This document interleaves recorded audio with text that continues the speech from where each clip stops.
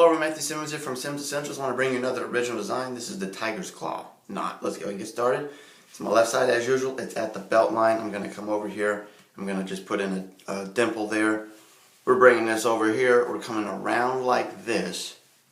And I'm going to secure it like this right here.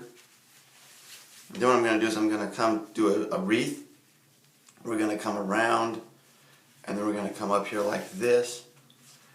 Then I'm going to do a wreath here, and then I'm going to push it through here like this. We're going to be doing a wreath probably pretty much the rest of this right here. Just kind of sneak that up, wreath right here, and then boom, down like that. There's it. Then we're going to do another wreath. Same thing.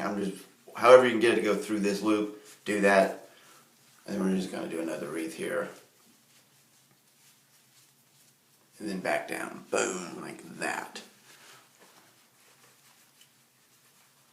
And then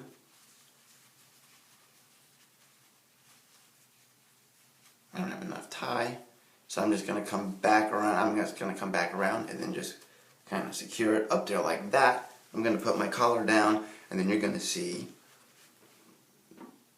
the claw like that.